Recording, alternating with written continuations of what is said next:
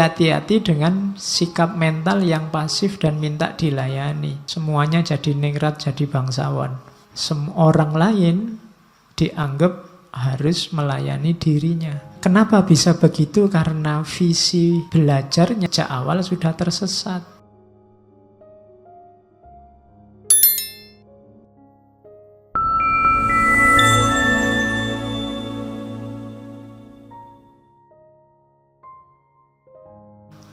Oke, bismillah. Assalamualaikum warahmatullahi wabarakatuh. Bismillahirrahmanirrahim. Alhamdulillahirabbil alamin. Assalatu wassalamu ala asyrafil anbiya'i wal mursalin. Sayyidina wa maulana Muhammadin wa ala alihi wa ashabihi wa man tabi'ahum bi ihsanin ila yaumiddin. Bismillah. Mari kita lanjutkan ngaji kita malam hari ini. Masih dalam tema pendidikan. Malam ini ngajinya pahalanya double karena ninggal bal-balan. Iya. Apa gimana kalau sak babak sampai jam 9 kita nonton bareng aja ya. Ngajine gampang lah kok diringkes. Sak jam terakhir. Oke, enggak usah lah ya nanti kualat. Tetap sesuai rencana kita malam ini ketemu salah seorang tokoh. Meskipun sebenarnya tidak melulu beliau ini spesialis untuk bidang pendidikan, tapi punya kritik-kritik dan saran-saran yang luar biasa untuk ranah pendidikan. Yaitu beliau Ivan Illich. Kalau lidahnya orang Jawa ya Iwan Illich gitu aja. Ivan kan ning Jawa jadi Iwan. Ya, cuma ini pakai lidah Rusia. Kalau di sana Ivan itu artinya anugerah. Tidak tahu kalau Illich itu apa. Beliau ini punya kritik besar untuk pendidikan. Memang beliau ini ahlinya ngeritik. Kalau teman-teman menggeluti tokoh ini, tidak cuma pendidikan yang dikritik, macam-macam. Sistem ekonomi ya dikritik, transportasi ya dikritik, kesehatan ya dikritik, gender, tentang feminisme juga dikritik. Jadi ini beliau ini kritikus sejati. Ngopo wae dikritik. Mungkin keahliannya di situ. Profesinya kritikus. Tapi beliau kalau ngeritik tidak cuma nyalah-nyalah menjatuh-jatuhkan. Beliau juga menawarkan solusi-solusi. Jadi tidak cuma nyari salah-salahnya. Kita kan sering dengar istilah kritik itu harus kritik yang membangun. Maksudnya kritik yang membangun itu setelah kita temukan tidak tepatnya, terus selanjutnya bagaimana, kan begitu. Nah, itu yang dilakukan oleh Ivan Illich. Beliau ini aslinya Austria. Ya, kelahiran Wina. Tahun 1926. Meninggalnya tahun 2002. Jadi sekitar 76 tahun usianya. Beliau ini ya selain filosof, kritikus, sebenarnya pastor di gereja Katolik Roma. Cuma kabarnya nanti dia dikeluarkan karena terlalu banyak ngeritik. Termasuk mungkin ngeritik gerejanya sendiri di Vatikan. Cuma ya dia tidak berhenti berkarir, nanti dia punya beberapa lembaga untuk mendedikasikan gagasan-gagasannya.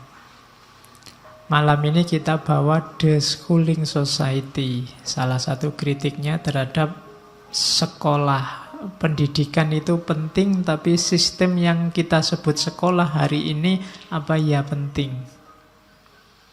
Itu yang dikritik oleh Ivan Illich. Karena kalau saya ngomong pendidikan, yang muncul di kepalamu kan selalu sekolah, kuliah. Dan itu yang antara lain nanti sistem semacam itulah yang dikritik oleh Ivan Illich.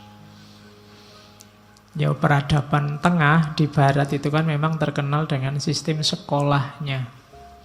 Makanya peradaban itu kita menyebutnya era skolastik. Jadi memang model sekolahan yang diadopsi di Indonesia jadi sekolah. Maka kalau ada orang ngomong kita harus anti semua yang dari barat, semua yang dari Kristen, sebenarnya memang kalian tidak usah sekolah.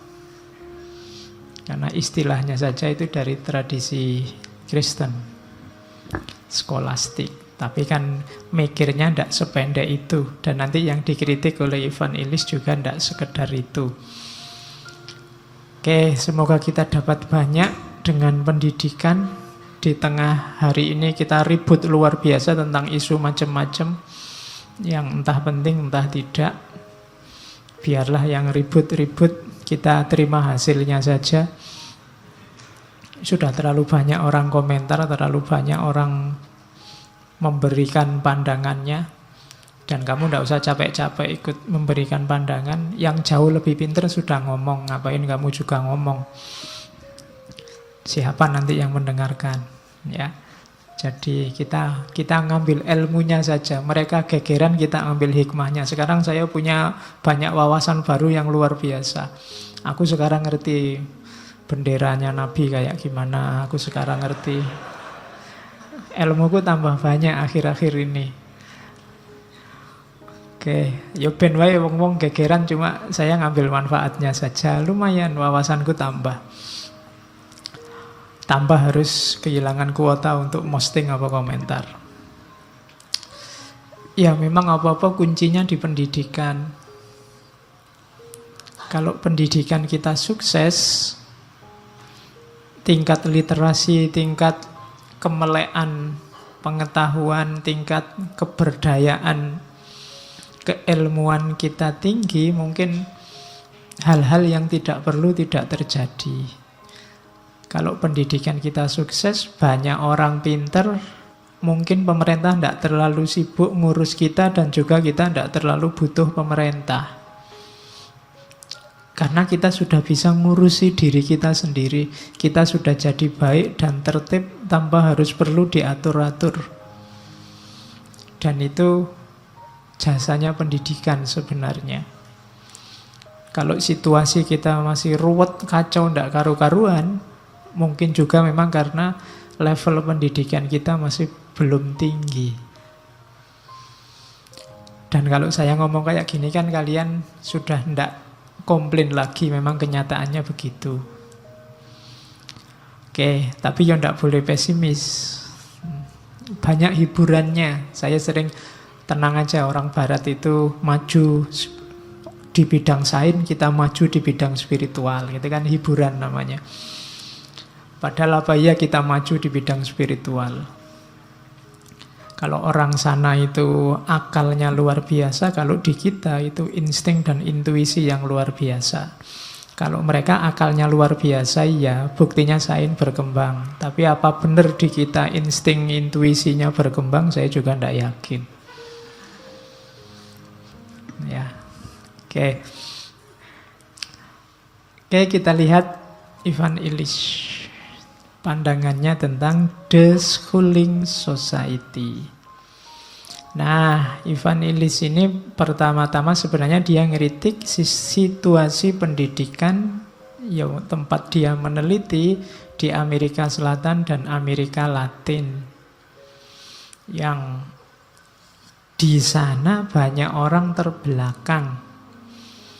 Kayak di Indonesia, di sana itu ada wajib belajar 12 tahun.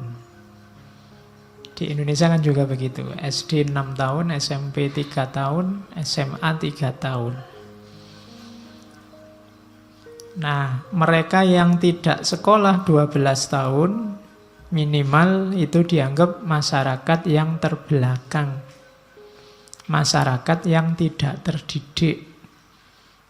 Terdidik itu yang sudah sekolah sampai kelas 12. Oke. Nah, kelemahannya apa? Pewajiban sekolah semacam ini, yang jelas masyarakat terus pasrah sama sekolahan. Orang tidak mau sibuk-sibuk lagi mikir pendidikannya atau pendidikan anak-anaknya. Pokoknya dipasrahkan ke sekolahan sudah beres. Orang terus punya pandangan yang pinter itu yang sekolah, yang ndak sekolah itu ndak pinter. Makanya dulu ada sinetron Sidul anak sekolahan. Asumsinya kalau dia anak sekolahan beda dengan yang lain yang ndak sekolah. Dia ini paling pinter. Itu yang terjadi dengan sistem. Mungkin ndak salah sekolahnya, tapi sekolah-sekolah itu memberi sesuatu, mendidikkan sesuatu. Tapi adanya sekolah kok malah bikin orang pasif terhadap pendidikan. Bikin orang ndak peduli lagi terhadap pendidikan anak-anaknya atau pendidikan dirinya sendiri. Sing penting sekolah ya sudah. Ini problem. Situasi di Amerika Selatan loh ya, dan di Amerika Latin. Kalau di Indonesia mungkin ya mirip agak banyak. Ya. Jadi orang tua itu sekarang merasa ya pokoknya didik anak itu disekolahkan, atau kalau sekarang ya plus dipondokkan, berarti tanggung jawab selesai. Apalagi kaum miskin. Mereka sibuk untuk mengumpulkan kekayaan, mereka sibuk untuk mencukupi kebutuhan sehari-hari. Mereka tidak sempat lagi untuk ngopeni putra-putranya. Jalan paling simpel ya disekolahkan. Selesai. Mereka tidak mikir, aku juga harus pinter biar bisa mendampingi anak-anaknya. Kalian juga punya adik, harusnya ya kalian ya pinter biar bisa mendampingi adik-adikmu. Tapi kan kamu tidak mikir ke situ, adikmu ya urusannya gurunya di sekolah. Kalian tidak merasa berkewajiban untuk juga ngerti apa sih yang diberikan oleh gurunya di sekolah pada adik-adikmu. Saya nggak jamin kalian kalau ikut UAN hari ini lulus, meskipun sudah mahasiswa S2. Ya di samping mungkin karena bobot soalnya, juga mungkin karena kita selama ini tidak terlalu peduli dengan itu semua. Murid-murid itu dikasih apa yang tidak berkecimpung di dunia pendidikan, tidak tahu dan tidak mau tahu. Yang penting bayar, sekolah, dapat rapot, dan nanti dapat ijazah. Selesai. Jadi itu kritiknya. Sekolah, katanya Ivan Illich, kemudian jadi eksklusif. Dia dianggap satu-satunya lembaga pendidikan yang ngajari manusia. Di luar itu dianggap tidak kapabel. Kalau dalam istilahnya Ivan Illich, ini jadi anti edukasi, padahal kita ini mau didik orang. Tapi kok malah jatuhnya eksklusif, hanya sekolahan saja. Jadi kritik utama yang menyebabkan nanti Ivan Illich mengkritik masyarakat dengan deschooling society-nya adalah situasi sekolah yang eksklusif sebagai satu-satunya media, satu-satunya sarana yang dianggap kapabel untuk dunia pendidikan. Itu yang dikritik oleh Ivan Illich. Termasuk juga ketidakpedulian siapapun di luar sekolah, di luar bidang pendidikan, tentang apa isinya pendidikan. Kita sering kaget-kaget kalau lihat anak-anak hari ini. Loh, masih SD kok gitu ya? Wah, masih SMP kok gitu ya? Loh, itu di sekolahnya ngapain kamu kan tidak tahu. Apalagi sekarang gurunya sibuk ngurus macam-macam administrasi. Pokoknya murid itu yang penting dikasih soal sama dikasih PR beres. Nah, itu kan banyak yang semacam itu. Kritiknya Ivan Illich, lu sekolah jadi kayak begitu. Apa sih sekolah itu? Terus Ivan Illich mendefinisikan sekolah itu gampangane I shall define school as its specific teacher-related process requiring full-time attendance at an obligatory curriculum. Sekolah itu khusus untuk usia tertentu. Kalau SD wajarnya umur berapa sampai berapa. Teacher-related proses berhubungan dengan guru yang ngajar, membutuhkan kehadiran full-time. Kalau kamu bolos kurang dari 75% nggak dianggap kuliah beneran. At an obligatory curriculum. Ada kurikulum wajibnya. Yang kamu harus ngerti semua, lulus semua. Kalau tidak, nggak dianggap pinter. Jadi sekolah itu hubungannya sama umur, sama guru, sama kepatuhan hadir, sama kurikulumnya. Nyawanya kan 4 ini katanya Ivan Illich. Ini loh sekolah sebagai lembaga. Nah, kritiknya apa? Pokoknya ini kritik-kritik terus. Yang sudah ngajar jadi guru, jadi ustaz, tidak boleh mangkel.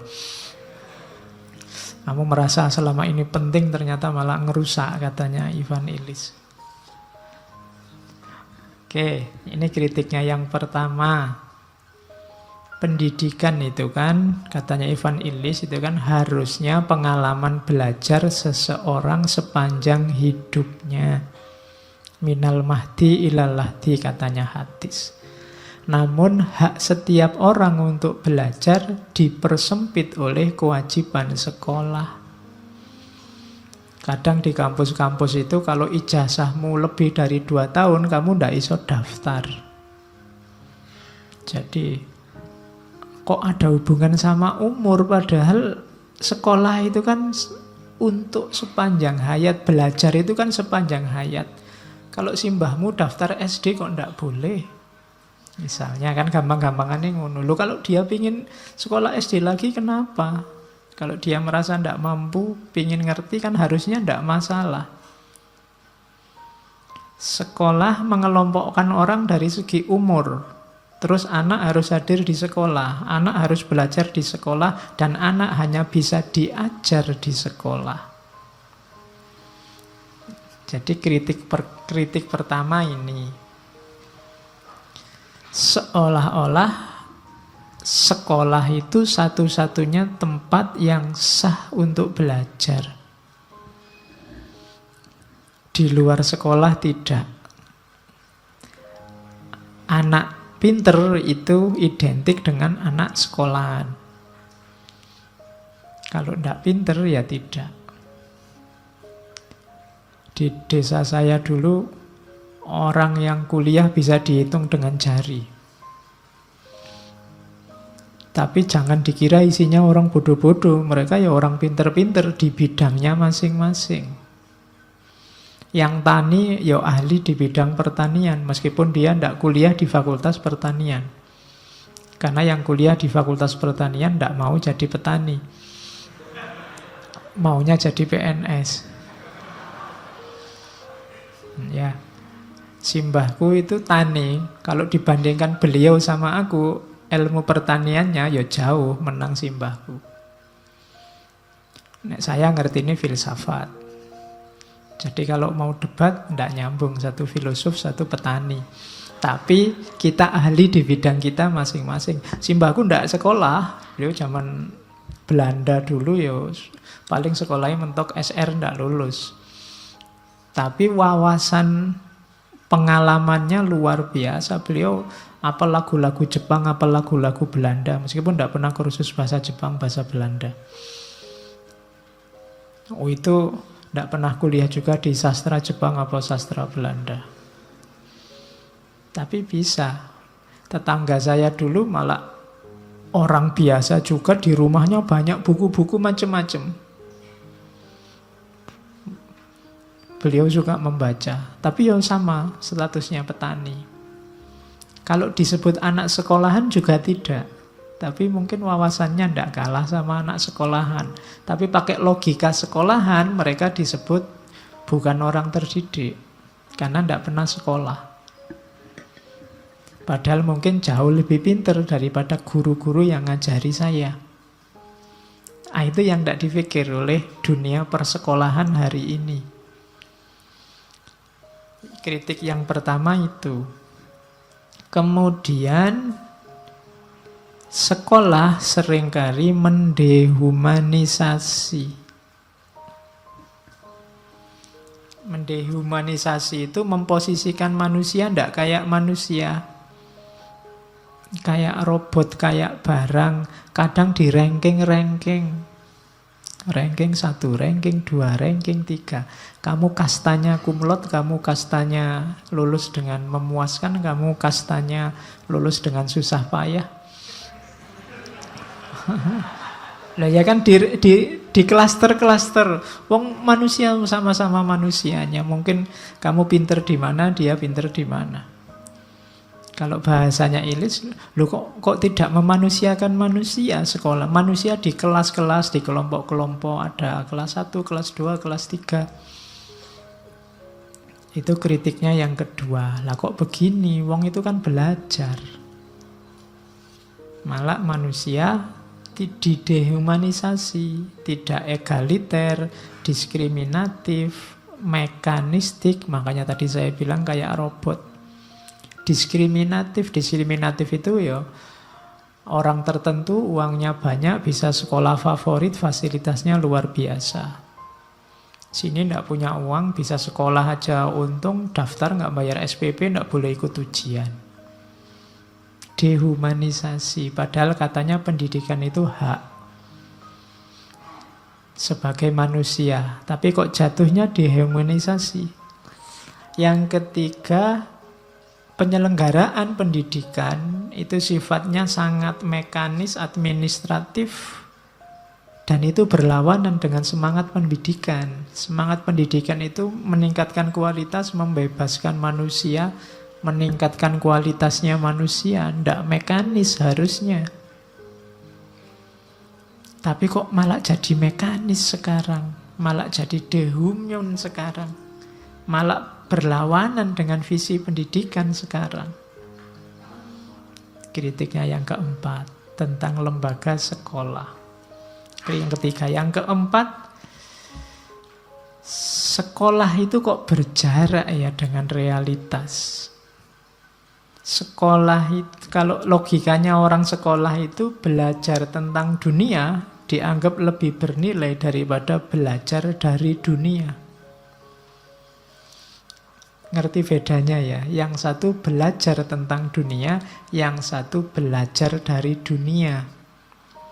Harusnya biar ilmu kita ini manfaat, nyambung dengan kenyataan sehari-hari, kita belajarnya dari dunia. Sementara di sekolah-sekolah kita itu belajar tentang dunia. Mungkin tidak salah isinya materi, isinya kurikulum, tapi ketika kita hanya tentang dunia dan tidak peduli yang dari dunia, akhirnya ilmu kita tidak nyambung dengan kenyataan hidup sehari-hari. Yang dipelajari di kelas apa, di luar kelas apa. Mungkin murid-murid SD, SMP hari ini diajari Indonesia itu bersuku-suku, berbangsa-bangsa, gotong royong, rukun, bangsa yang ramah. Di buku-buku begitu dia lihat sehari-hari di TV, sehari-hari isinya gegeran, tawuran, sikut-sikutan. Loh, dia tidak nyambung. Dia merasa, ilmuku yang di kelas kok beda sama kenyataannya.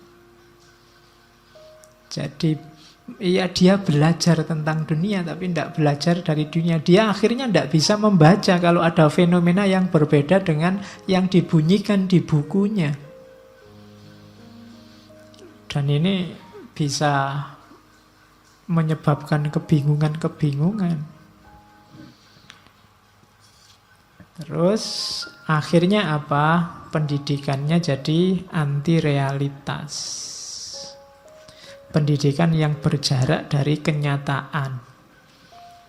Padahal kalau pendidikan kita itu nyambung dengan realitas, saya sering mencontohkan, anggap saja skripsi, tesis, disertasi itu satu skripsi, satu tesis, satu disertasi nyumbanglah satu hal yang bermanfaat untuk masyarakat.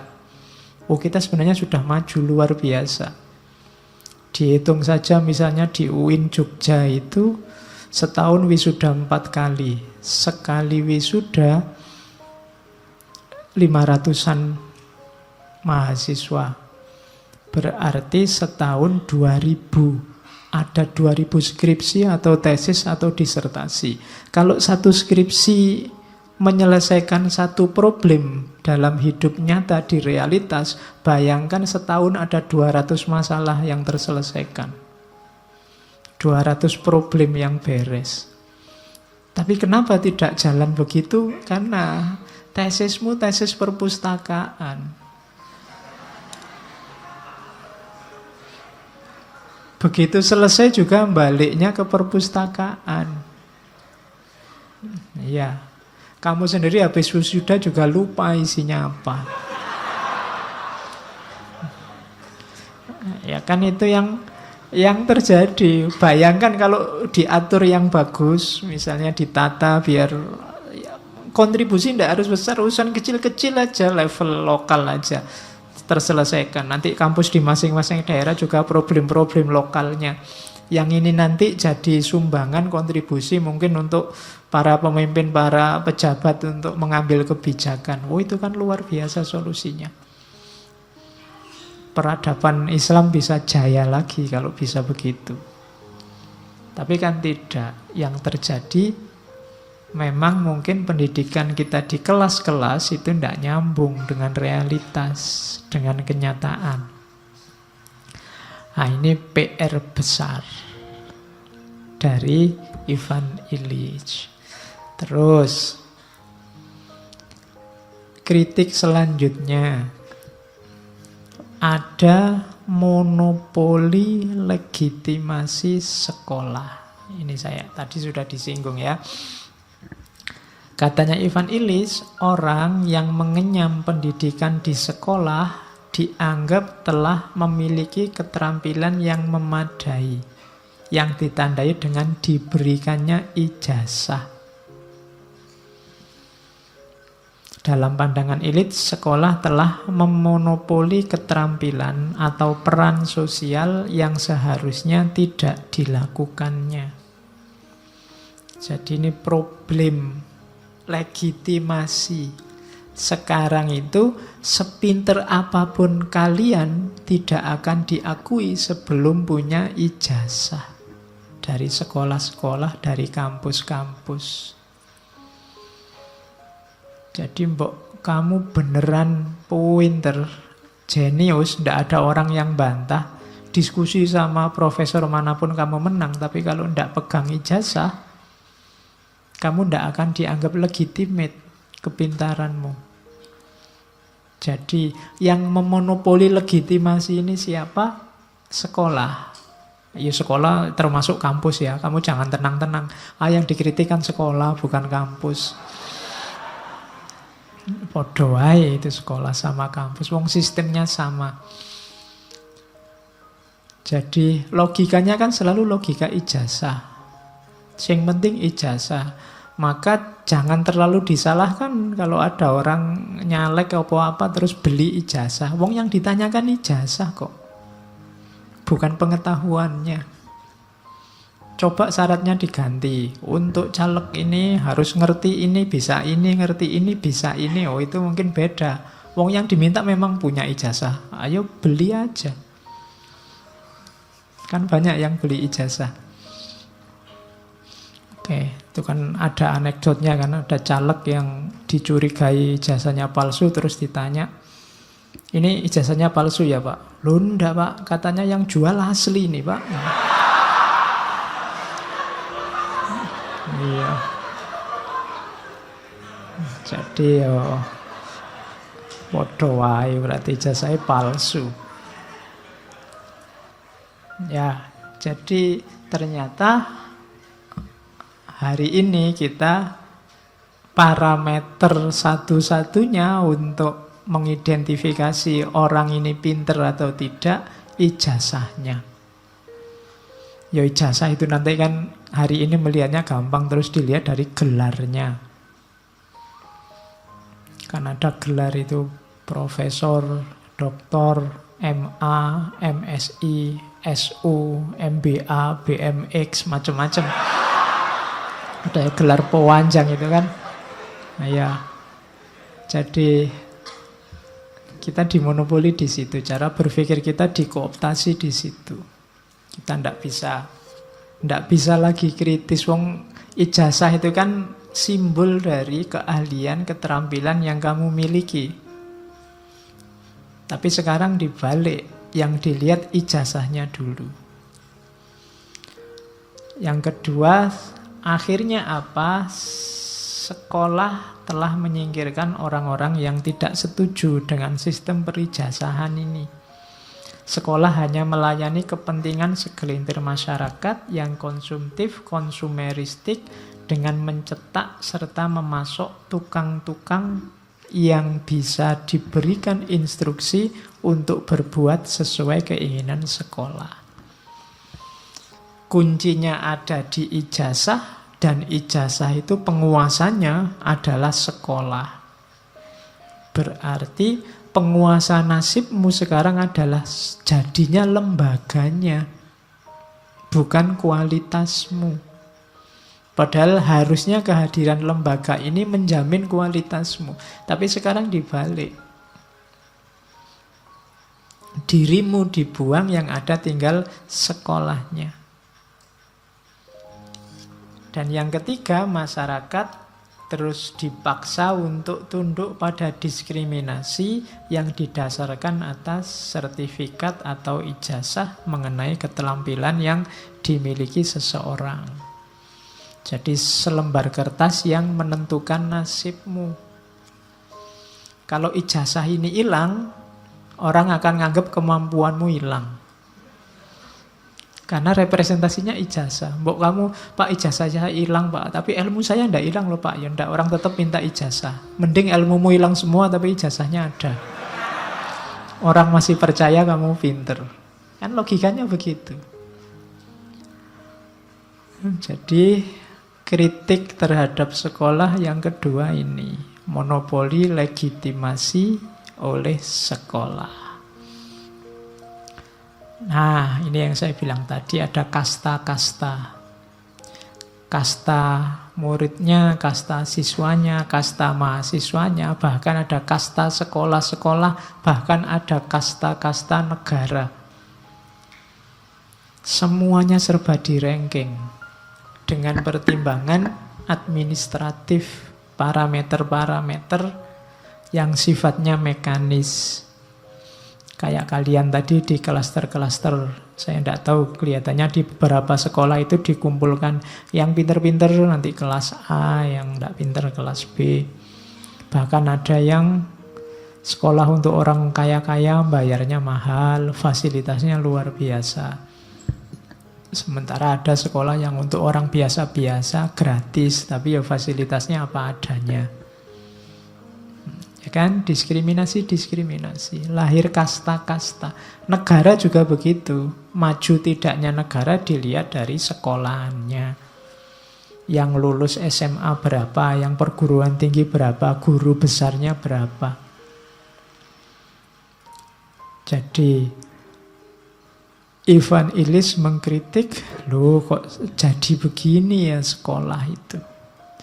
Terjadi dehumanisasi yang luar biasa. Ya kemajuan satu negara, ya parameternya memang pendidikan dan ilmu antara lain. Tapi tidak bisa dilihat pendidikan dan ilmu itu hanya di sekolah saja. Di ranah-ranah yang lain di luar sekolah juga banyak yang bisa jadi indikator tentang pembelajaran, tentang pendidikan. Cuma yang diukur kan cuma ininya. Bagi yang bergelut di dunia pendidikan, coba dipelajari misalnya model-model akreditasi, model-model sertifikasi. Ini kan membangun kasta-kasta. Kampus ini terakreditasi B, terus dipampang di iklannya itu. Yang sana terakreditasi A. Terus nanti yang akreditasinya A, dana bantuannya lebih besar daripada yang terakreditasi B. Ini kan kasta-kasta. Sehingga fasilitas yang didapat juga lebih baik. Harusnya kan dibalik, yang jelek itu dikasih uang banyak biar maju. Yang bagus ya sudah bagus, tidak usah dikasih banyak-banyak. Tapi kan kebalikannya. Yang luar biasa, bantuannya besar, banyak. Mereka dapat hibah macam-macam. Yang terpinggirkan, sekolah-sekolah kecil nggak dapat apa-apa. Yang prestasinya banyak, bantuannya banyak. Yang prestasinya banyak pasti sekolah-sekolah besar. Di situ isinya anak pinter-pinter, murid unggulan. Yang sini inputnya saja sisa-sisa. Ya kan, buangan dari sana sini. Sekolahnya kecil, fasilitasnya kecil, ya bantuannya kecil. Sampai kapanpun dia akan tetap kecil. Harusnya yang kecil bantuannya lebih besar. Tapi kan terbalik. Kenapa? Karena kastanya kasta rendah. Sementara yang sana kastanya kasta tinggi. Kalian dulu waktu daftar kuliah kan rebutan SNPTN, rebutan macam-macam itu kan, rebutan kuliah di sekolah yang kastanya tinggi kan. Itu kadang nggak lulus diulang sampai tahun selanjutnya. Ya nggak lulus lagi. Ya berarti kalian harus sadar kalau sudah 2 tahun tidak lulus memang kastamu kasta rendah. Oke, loh apa ya begitu sih sistem pendidikan itu? Harusnya kan kalau ada standar-standar yang sifatnya nasional apa internasional, kalian kuliah di mana saja kan harusnya dapatnya sama, fasilitas yang dibutuhkan juga sama. Tapi kok beda? Nah, itu yang dikritik oleh Ivan Illich. Yang ketiga, itu sudah ketiga, saya kok ngomong ketiga. Sudah keberapa tadi? Keempat apa kelima? Kritik selanjutnya, lenyapnya substansi belajar. Jadi sekarang jarang murid, siswa, mahasiswa yang sadar bahwa sekolah itu belajar, kuliah itu belajar. Rata-rata merasa semua itu adalah tugas yang harus dilakukan kalau ingin selamat. Ya kan, ya ndak selamatmu kan ndak bisa ikut ujian, ndak lulus-lulus, ndak dapat ijazah, itu kan definisimu ndak selamat. Padahal ini belajar. Kalau belajar itu kan yang dikejar paham atau ndak paham, ngerti atau ndak ngerti, menguasai atau ndak menguasai. Tapi kan orientasi kita ndak ke situ. Sekolah itu sementing nilainya tinggi, rapotnya tinggi, ijazahnya tinggi. Paham atau ndak belakangan. Harusnya kan logikanya belajar dulu, paham dulu, nanti otomatis dapat nilai tinggi, dapat ijazah. Cuma sekarang dibalik. Ijazah dulu, nilai tinggi dulu, paham atau tidak belakangan. Maka jumlah sarjana luar biasa, jumlah lulusan luar biasa, S1, S2, S3, tapi kualitas SDM manusianya tidak meningkat. Kenapa? Wong tadi harusnya belajar meningkatkan kualitas diri, yang dikejar cuma ijazah dan nilai. Ya yang didapat cuma itu. Padahal nilai baik itu kan gampang sekarang. Kamu tinggal rajin masuk, duduk di depan, ngerti nggak ngerti tanya. Sampai dosennya hafal namamu, wis alamat lulus wis. Ya kan strategi simpel hari ini gampang kalau cuma ngejar lulus. Iya. Oke. Maka ayo kembali lagi ke khitohnya deh orang kuliah itu, cari ilmu.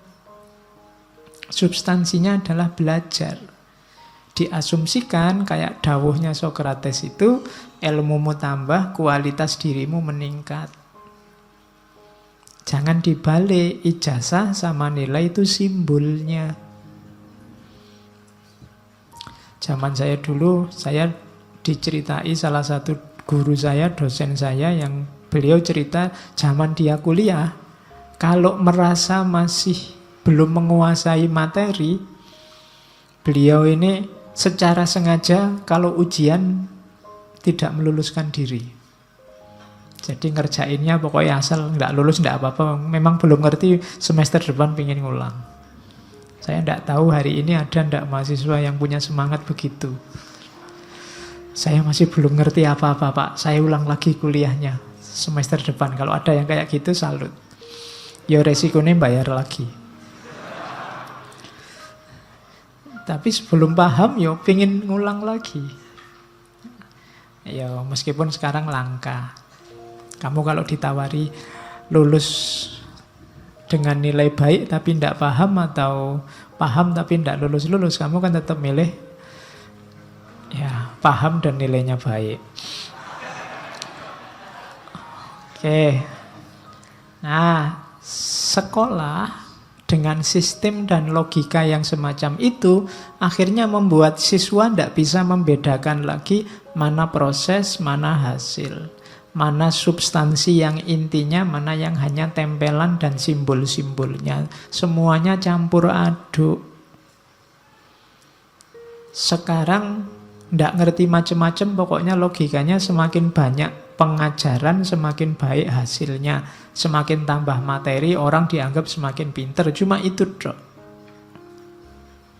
Jadi itu diantara sesatnya sekolah. Katanya Ivan Illich, akhirnya apa? Murid menyamakan begitu saja pengajaran dengan belajar. Kalau sudah diajar oleh guru atau oleh dosen, berarti sudah belajar. Loh, katanya siapa? Naik kelas berarti sudah menjalankan pendidikan. Lulus berarti sudah menjalani pendidikan. Apa iya? Ijazah kayak tadi ya, dianggap sama dengan kemampuan. Bisa cerita apa yang dikatakan dosennya, mengulang apa yang dibilang dosennya, dianggap setara dengan bisa punya pandangan sendiri. Terus yang terakhir katanya Ivan Illich, anak dibiasakan menerima pelayanan, bukan nilai. Jadi bukan karakter yang ditanamkan, tapi layanan. Kadang-kadang yang ada di kepalanya mahasiswa, mungkin juga di kepalanya siswa, aku kuliah ini bayar, terus dianalogikan dengan dia bayar di hotel atau bayar di warung. Maka dosen dan pengelola kampus wajib melayani dia. Nah, ini logika ini katanya Ivan Illich kebalik-balik. Karena akhirnya kalian terbentuk jadi sosok yang manja, minta dilayani terus. Ada masalah apapun minta dilayani. Akhirnya apa katanya Ivan Illich? Kalian tidak percaya diri. Karena selama ini kalian minta jawaban instan, Kalian tidak percaya diri bisa jawab sendiri setiap persoalan yang kalian hadapi. Jadi mentalitas yang dididikkan di kalian akhirnya mentalitas pasif dilayani. Butuh apa-apa tinggal ngomong gurunya, tenang aja, nanti gurunya jelasin. Tenang aja, nanti diberitahu dosennya, tenang aja. Terbiasa dilayani. Kalau ini di kelasnya, nanti di administrasinya juga begitu. Di banyak bidang juga begitu. Akhirnya kalau ada kesulitan sedikit, kalian ngamuk-ngamuk nuntut. Sekarang level siswa sudah bisa demonstrasi. Ya tidak salah, mungkin memang ada yang perlu didemokan, tapi hati-hati dengan sikap mental yang pasif dan minta dilayani. Semuanya jadi ningrat, jadi bangsawan. Orang lain dianggap harus melayani dirinya. Oke, jadi kenapa bisa begitu? Karena visi belajarnya sejak awal sudah tersesat. Sudah keliru cara membaca dunia pendidikan. Cara menyikapi keberadaan sekolahnya. Terus kritik lagi, pokoknya malam ini isinya kroitak kritik terus. Kritik terhadap kurikulum. Nanti ada istilah kurikulum tersembunyi. Katanya Ivan Illich, sekolah ini kan modalnya kurikulum. Kurikulum ini ada yang sifatnya tersembunyi. Apa hidden kurikulum? Kurikulum yang tersembunyi itu diam-diam sekolah ini menanamkan pandangan pada siswa-siswanya, mahasiswanya, bahwa mereka tidak akan bisa hidup baik, mereka tidak akan bisa hidup benar kecuali mengikuti apa yang diajarkan di sekolah. Nah, ini harus hati-hati. Itu hidden kurikulumnya. Seolah-olah yang diajarkan sekolah itu saja bekal hidup yang benar. Padahal kalau tidak hati-hati, nanti bisa, karena setiap ilmu itu kan ada kurangnya, ada lebihnya, ada ruang dan waktunya. Ini kalau murid dan siswanya tidak cerdas, dia bisa keliru-keliru. Banyak problem sosial budaya hari ini tidak muncul dari orang-orang bodoh, tapi munculnya dari orang-orang pinter. Cuma mereka tidak tahu kapan ilmunya ini digunakan. Untuk situasi apa pandangannya ini harus diterapkan. Ini mungkin kesalahan sejak dari sekolah, karena di sekolahnya diam-diam ditanamkan pandangan bahwa kalau kamu ingin sukses, ikuti ini yang diajarkan di sekolah. Kalau kamu ingin hidupmu lancar, ikuti apa yang diberikan di sekolah. Ini yang oleh Ivan Illich disebut kurikulum tersembunyi. Oke, saya pernah diceritai teman dosen. Anaknya sekolah TK. Terus diajari gurunya, pokoknya setiap kali disebut nama Muhammad harus sholawat. Sallallahu alaihi wasallam. Kok ya kebetulan pamannya namanya Muhammad. Susah kan? Begitu. Oh, ada Pak di Muhammad sallallahu alaihi wasallam. Loh, anak kecil kan lugu. Kalau dikasih tahu orang tuanya susah dia, karena manutnya cuma sama gurunya. Katanya bu guru harus mengucapkan sholawat setiap kali ada namanya Nabi. Bapaknya tidak dipercaya. Ini contoh kecil untuk anak kecil ya. Maksud kalian levelnya itu kan enggak. Teori kecil untuk anak kecil. Kalau di dirimu kan kadang-kadang teori-teori besar, karena kalian orang besar. Kalian tidak tahu ruang dan waktu dan situasi kapan konsep dan teori itu harus dipakai. Karena di kelas, guru-gurumu mungkin dosen-dosenmu mau wanti-wanti benar bahwa ini yang paling penting, ini yang paling luar biasa, ini yang benar, ini yang nilainya paling tinggi. Itu namanya hidden curriculum. Kan saya sering mengilustrasikan setiap teori ada konteksnya. Kalau menghadapi orang malas, jangan dinasehati tentang kesabaran. Kalau orang malas kamu nasihati yang sabar, tambah malas dia. Gitu loh. Kalau orang ngamuk, jangan dipanas-panasi dengan jihad. Nanti tambah terbakar. Kan tadi itu dan kemarin-kemarin hari-hari ini kan banyak gitu. Perang aja lah, sikat aja lah kan gitu komentarmu. Kesuwen kan kamu gitu. Ya enggak lah. Bahwa jihad itu baik, sabar itu baik, tapi kan harus lihat situasi, lihat porsi dan proporsinya. Enggak mentang-mentang kamu ngerti kebenaran terus diterapkan.